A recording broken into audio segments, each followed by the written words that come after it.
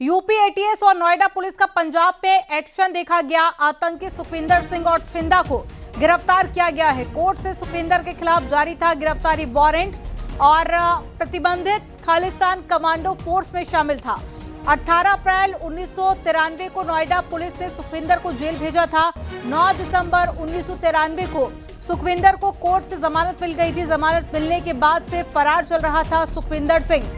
नोएडा के थाना सेक्टर 20 में छिंदा के खिलाफ 1993 में मामला दर्ज किया गया था। और ज्यादा जानकारी के साथ में ऋषभ मणि जुड़ गए हैं फोन लाइन पर। ऋषभ मणि, ये प्रशासन की अपने आप में एक बड़ी कामयाबी कहेंगे कि 1993 से फरार था और अब गिरफ्तार कर लिया गया है। कैसे इस पूरे ऑपरेशन को अंजाम दिया गया, क्या अपडेट है? देखिए, मूल रूप से ये सुखविंदर कपूरथला का रहने वाला था और जमानत मिलने के बाद से ये करीब 1993 से ही फरार चल रहा था और एजेंसीज भी ये मान के चल रही थी कपूरथला में रह रहा होगा, लेकिन ये पंजाब में कहीं पर छिप कर रह रहा था। और 1993 में जब ये गिरफ्तार हुआ था, उस वक्त इसके कब्जे से एक AK-56 राइफल बरामद हुई थी, 121 कारतूस बरामद हुए थे।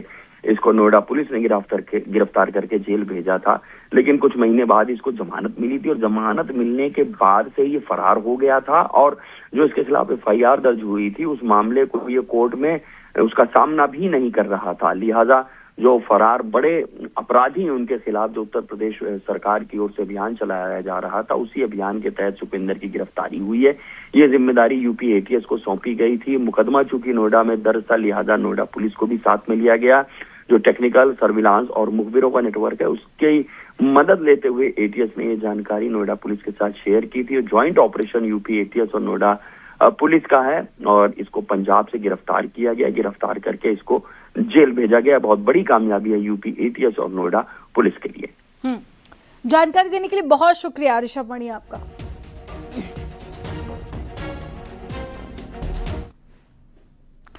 गोरखपुर में आई कैंप के दौरान 30 मरीजों का मोतियाबिंद का ऑपरेशन किया जा रहा था। ऑपरेशन के मात्र 24 घंटे बाद ही मरीजों की आंखों में गंभीर बीमारी फैलने लगी, जिससे 18 लोगों की हालत बिगड़ गई है। सही इलाज न मिल पाने के कारण इनमें से 9 मरीजों ने अपनी आंखों की रोशनी हमेशा के लिए खो दी है।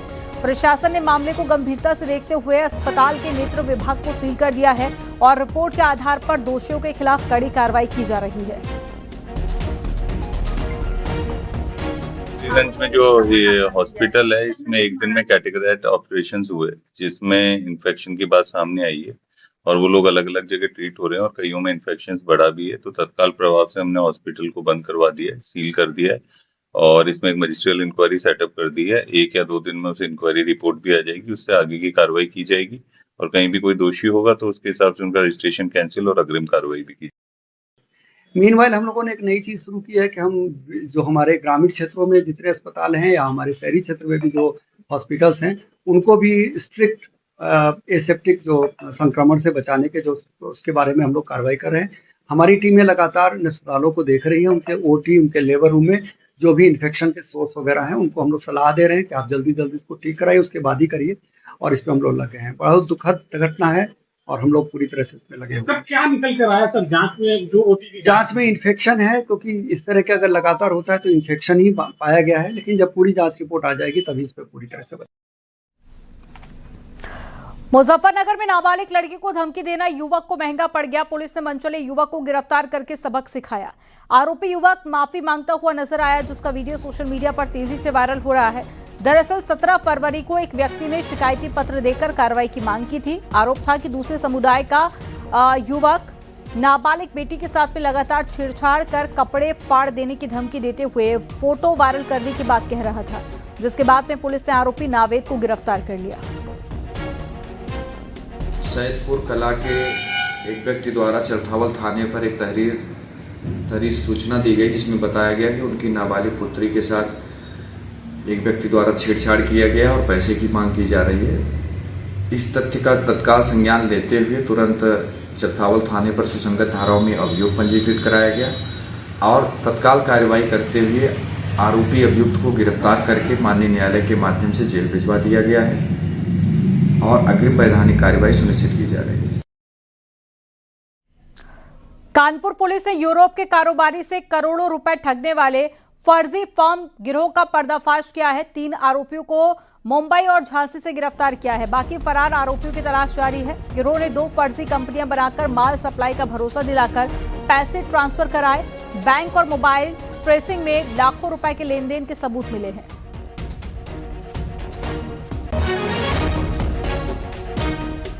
अभी जो इन लोगों ने बताया है, कई 100 करोड़ का ये लोग फ्रॉड ऑलरेडी कर चुके हैं। इन लोगों के खातों में जो पैसे है 2014 से ये इसका खाता संचालित है, जो इसका स्वयं का खाता है। अलग अलग समय पे इसका एक और साथी है राहुल चाचड़, जिसको हम लोगों ने मुंबई से गिरफ्तार किया हुआ है, जिसकी ट्रांजिट रिमांड हो गई है। ये लोग रास्ते में अभी आ रहे हैं। उसके साथ ये मिल करके और ये लोग जो अन्य लोगों के साथ जो वहाँ के ऑटो ड्राइवर होते हैं, टैक्सी ड्राइवर होते हैं, उनके नाम से खाते खुलवाते हैं, उनके अकाउंट में खाते खुलवाते हैं और उनको छोटे मोटे अमाउंट दे करके और बाकी अमाउंट ये लोग अपने पास रख लेते हैं और उनका जो एक्सेस होता है अकाउंट का वो भी इनके पास रहता है। कुशीनगर पुलिस ने 14 फरवरी को देवताहा बाजार में सराफा कारोबारी भीम वर्मा से लूट की वारदात का खुलासा किया। 4 आरोपियों को गिरफ्तार करके करीब 10 लाख रुपए की गहने बरामद किए हैं। गिरफ्तार आरोपियों के पास से तमंचा, कारतूस, मोबाइल और घटना में इस्तेमाल कार भी बरामद की गई। पड़ोसी की मदद से बदमाशों ने रेकी कर योजना बनाकर लूट को अंजाम दिया था।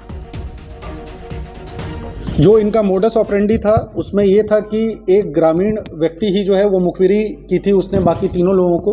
वो नज़र बनाए हुए था कि कभी अपने दुकान को बंद करके घर के लिए निकलते हैं और उसी समय उसके द्वारा जो है अपने बाकी 3 साथियों को सूचना दी गई थी। इन तीनों को गिरफ्तार करके जेल भेजा जा रहा है और ये जो है गिरोह के रूप में चूंकि इन लोगों ने कार्य किया था, इनके विरुद्ध जो है गैंगस्टर एक्ट के तहत भी कार्रवाई की जाएगी। धन्यवाद।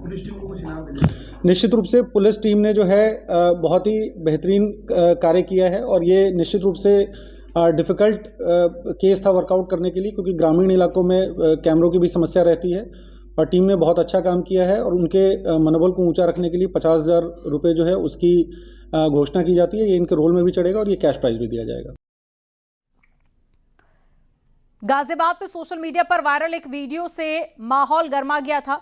दरअसल कुछ युवक हिंडन नदी के पुल के नीचे बनी एक मजार को अवैध बताते हुए उसे तोड़ने की धमकी देते हुए पहुंच गए थे और वीडियो सामने आते ही पुलिस ने कार्रवाई करके हिंदू रक्षा दल के कार्यकर्ता प्रिंस ठाकुर को गिरफ्तार करके जेल भेज दिया। वहीं अब जेल से छूटने के बाद में हिंदू रक्षा दल के कार्यकर्ता प्रिंस ठाकुर का सम्मान हिंदू रक्षा दल के राष्ट्रीय अध्यक्ष पिंकी चौधरी ने पुष्प वर्षा के साथ में किया और कहा कि धर्म के लिए जो कार्य करेगा उसके साथ हम खड़े हैं और उसको जेल से छुड़वाने और जमानत कराने की जिम्मेदारी हमारी है।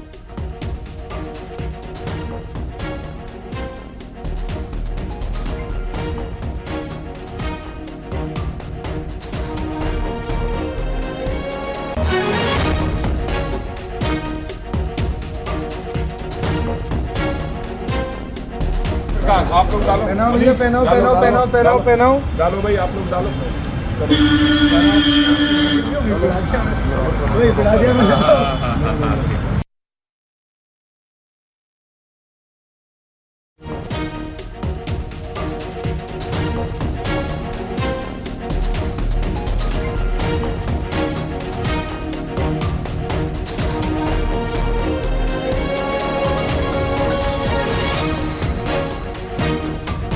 तो 2 दिन पहले ये वीडियो सामने आया था जहां पर मजार तोड़ी गई थी। 2 दिन पहले का वीडियो भी आपको दिखा रहे हैं।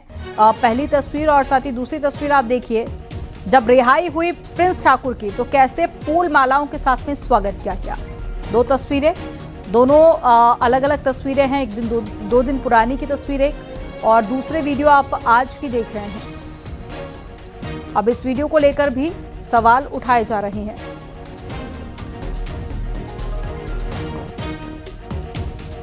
कर रहा हूँ मेरे छोटे भाई का, इसी प्रकार हिंदुत्व का कार्य करते रहें। ये मलिक साहब स्वागत कर रहे हैं और हाँ, और यही इसी प्रकार आप लोग डालो, पहनाओ डालो भाई, आप लोग डालो।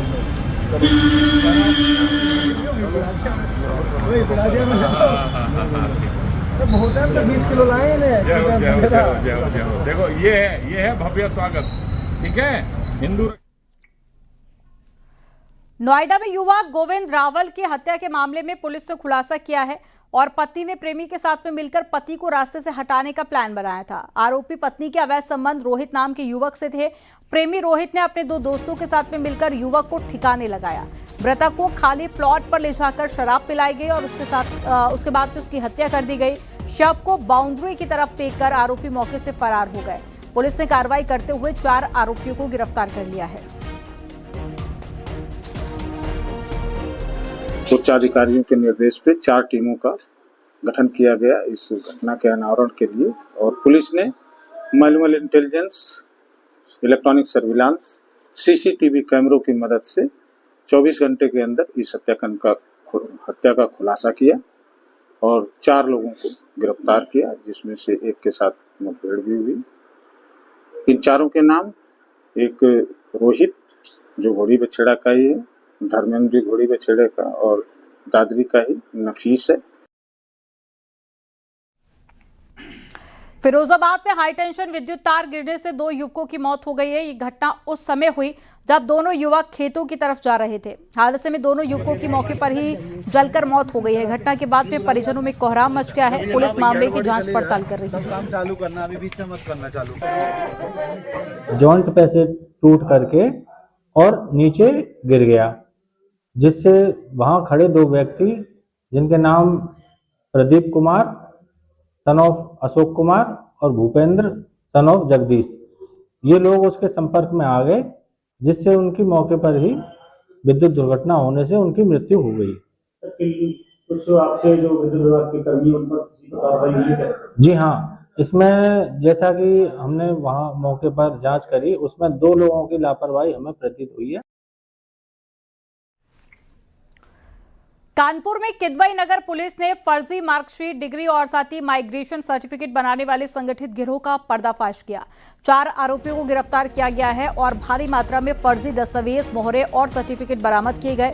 गिरोह बिना परीक्षा कराए हाई स्कूल से लेकर स्नातकोत्तर विधि और फार्मेसी की फर्जी डिग्रियां तैयार करता था। छत्रपति शाहू जी महाराज विश्वविद्यालय समेत कई विश्वविद्यालयों के नाम पर नकली माइग्रेशन सर्टिफिकेट बनाए गए थे। पुलिस फरार आरोपियों की भी तलाश कर रही है। आरोपियों ने उत्तर प्रदेश और अन्य राज्यों की यूनिवर्सिटी के साथ में मिलकर काम करने की बात कबूल की।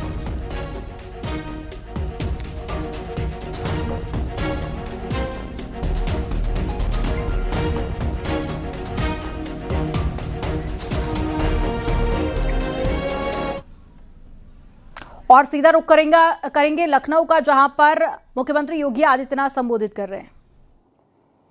खेल और युवा कल्याण विभाग के मंत्री Shri Girish Chandra Yadav ji, Indian Oil Corporation के चेयरमैन CS साहनी जी, खेल विभाग के उत्तर प्रदेश के सचिव Shri Suhas L Y ji, executive director Indian Oil Corporation Shri Vibhuti Ranjan ji, आज के इस कार्यक्रम में उपस्थित खेल विभाग और इंडियन ऑयल कॉरपोरेशन से जुड़े हुए सभी अधिकारीगण,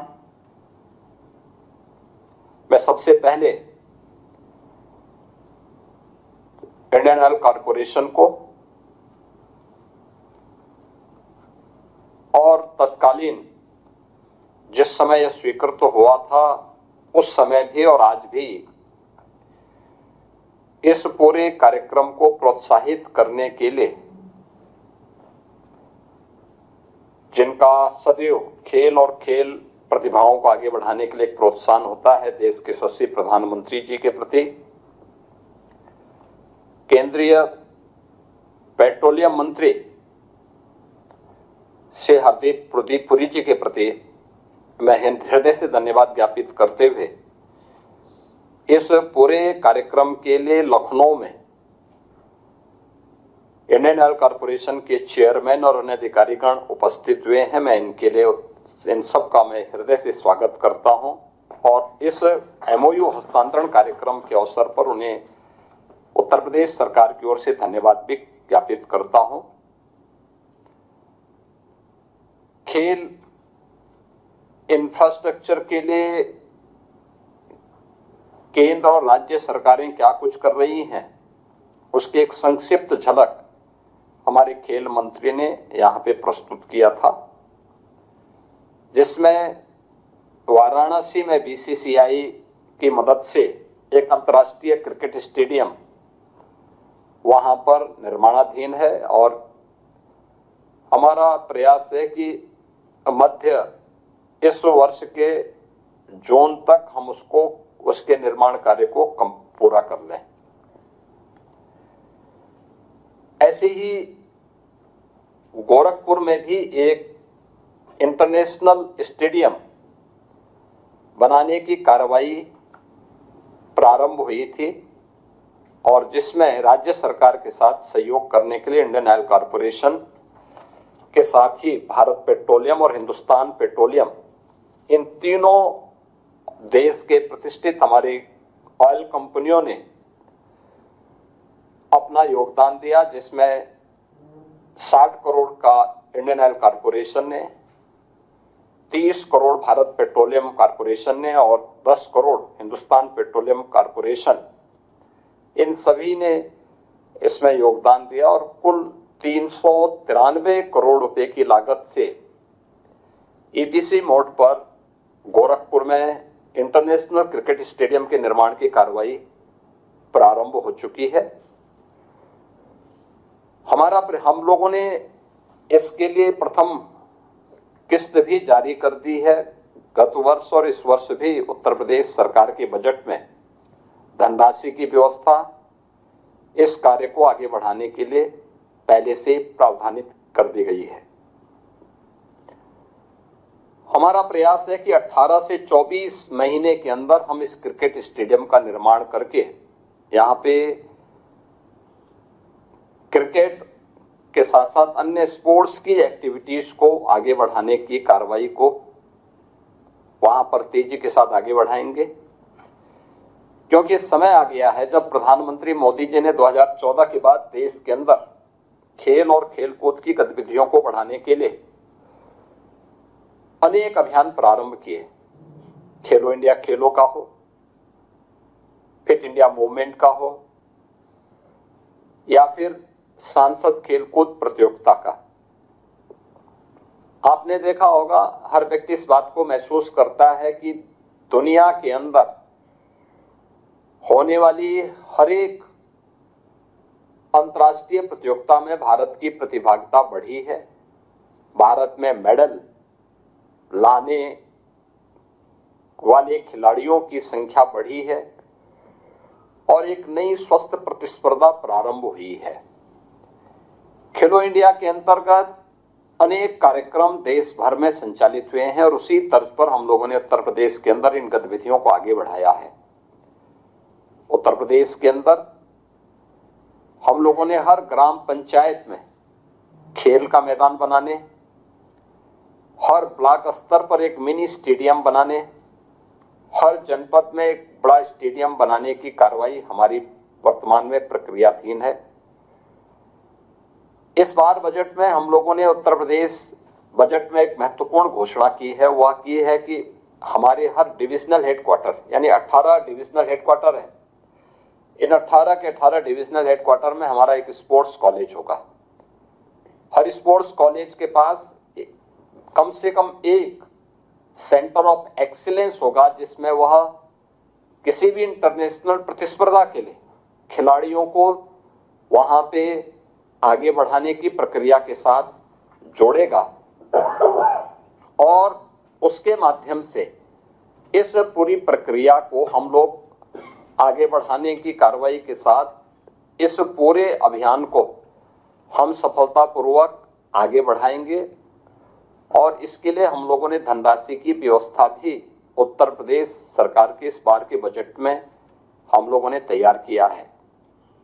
इसके अलावा भी उत्तर प्रदेश के अंदर हमारा स्पोर्ट्स यूनिवर्सिटी, उत्तर प्रदेश के अंदर पहला स्पोर्ट्स यूनिवर्सिटी है जो वर्तमान में मेरठ के अंदर बनकर के तैयार हो रहा है और मेरा अनुमान है कि यह सत्र हमने प्रारंभ कर दिया है और इसको हम अप्रैल मई तक बना करके तैयार कर देंगे। ये कुछ कार्यक्रम उत्तर प्रदेश के अंदर वर्तमान में चल रहे हैं और इंडियन ऑयल कॉरपोरेशन पहला ऐसा कॉरपोरेशन है, एसयूज है, जिसने उत्तर प्रदेश सरकार की इस पहल को आगे लेकर के सपोर्ट किया है और जिसमें यह 60 करोड़ का CSR का धन उत्तर प्रदेश में खेल और खेलकूद की गतिविधियों को प्रोत्साहित करने के लिए इंडियन ऑयल कॉरपोरेशन के माध्यम से वर्तमान में प्राप्त हो रहा है।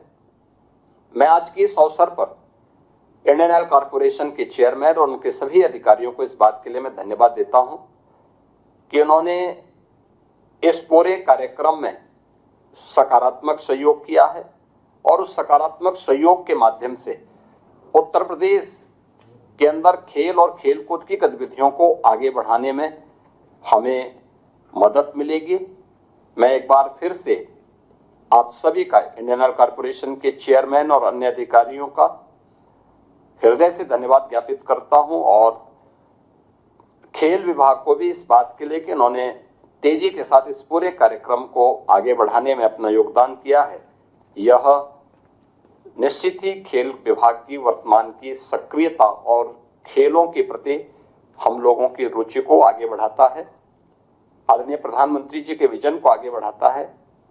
यह भारत के सामर्थ्य को और विकसित भारत के सपने को साकार करने का एक हमारे पास महत्वपूर्ण माध्यम होगा।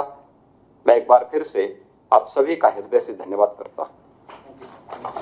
मैं माननीय मुख्यमंत्री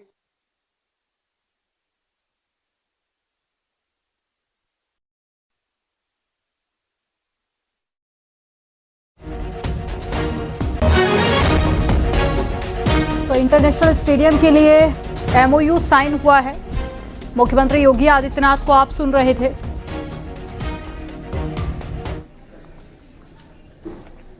सहारनपुर में न्यूज 18 के मंच पर सभी दिग्गज जुटे। मौका था न्यूज 18 कमिश्नरी कनेक्ट कॉन्क्लेव का, जिसमें जिले और शहर के विकास को लेकर चर्चा की गई। साथ ही भविष्य का रोड मैप का पर भी मंथन हुआ है। कार्यक्रम में सहारनपुर के मेयर डॉक्टर अजय सिंह ने सरकार की योजनाओं की तारीफ की। उन्होंने कहा कि योजनाओं का फायदा जनता तक पहुंच रहा है। कॉन्क्लेव में DM Manish Bansal, SP city और शहर के कई उद्यमियों के साथ में चर्चा की गई।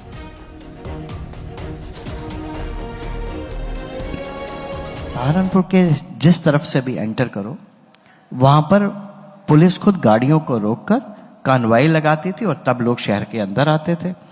अगर हम दिल्ली से 4 बजे से देर से चलें तो परिवार वाले रास्ते भर फोन करते थे कि 4 बजे के बाद नहीं चलना। आज मेरी माताएं, बहनें, व्यापारी, उद्यमी जिस समय मर्जी जहां से मर्जी जाएं, अपराधी गायब हो चुके हैं, या तो वो जेल में हैं या जहां उनका उचित स्थान है वहां पर है। सुरक्षा का माहौल है हर जगह।